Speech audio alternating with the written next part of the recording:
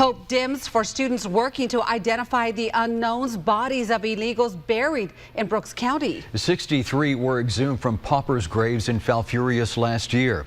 It marked the beginning of a mission to give closure to the families of the missing. Well, tonight, those 63 bodies still sit at the University Forensic Labs in Texas, in Indianapolis, Indiana, unidentified and unclaimed. Only one set of skeletal remains is close to being matched with a name. It's the body of a woman. She could be a DNA test away from being sent home to her family. Channel 5's Paula Sandoval followed her remains from Brooks County to the Texas Hill Country. The brush beyond this South Texas tree line is home for one woman's untold story. Like so many other border crossers, it started when her life ended. Our end goal is identification. Her nameless and faceless body was discovered on La Cantinita Ranch, June 28, 2012. Much of who she was is still a mystery. We want to be able to return that person to their family. Her unclaimed remains were bagged and put in a plywood box. Her makeshift marker read, "Unknown female, number 0425. We want the family to be able to celebrate their life and have a proper burial and have some closure. She laid at Sacred Heart Cemetery in Falfurrias until last summer when her bones were unearthed. We followed her body from Brooks to one of 3 forensic labs tasked with identifying the 63 dead. The Freeman Ranch is nestled in the rolling hills outside San Marcos. A walk through the door reveals what looks like a ranch house is really a state-of-the-art forensics facility. Here, Texas State anthropology students are telling the stories of the dead. That includes case number 0425, the unidentified woman we're tracking. She's here along with 39 others exhumed in Brooks County. People have human rights in life and in death, and all of these people deserve the chance to be identified and returned to their families.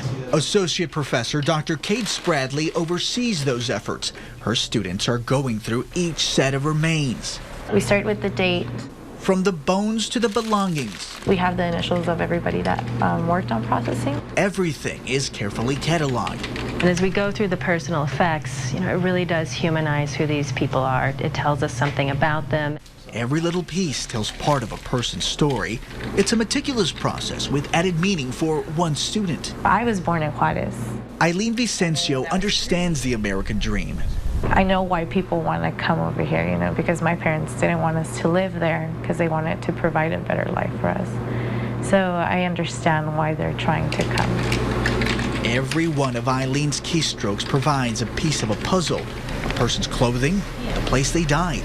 Or I could be somebody who is trying to to cross over and start a new life, and also just be like a size medium black shirt, trying to cross the borders. On this day, case number 0425 is in Eileen's hands.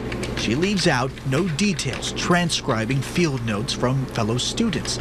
They show the woman's body was reduced to bones. Her long black hair, the only recognizable feature. The personal effects, they're not much. Chips, a toothbrush, and some bug spray. You begin to learn about them just from what they carry with them.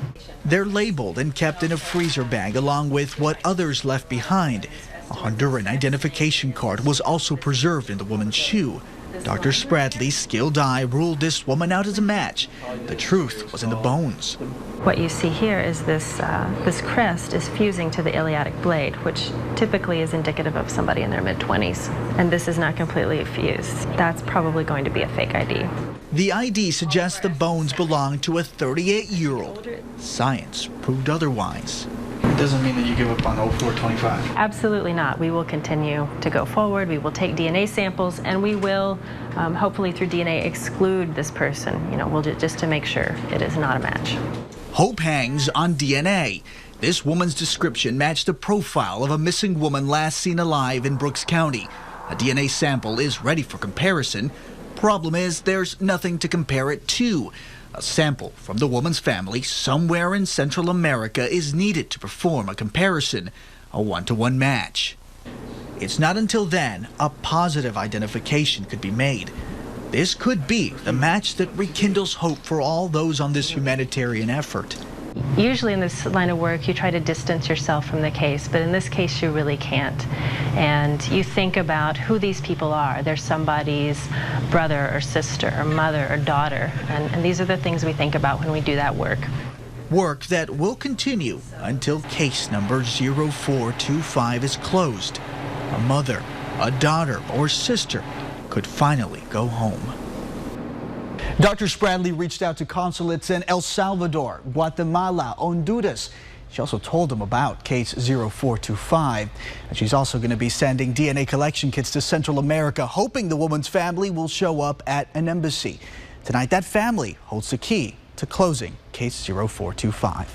Polo Sandoval, Channel 5 News at 10.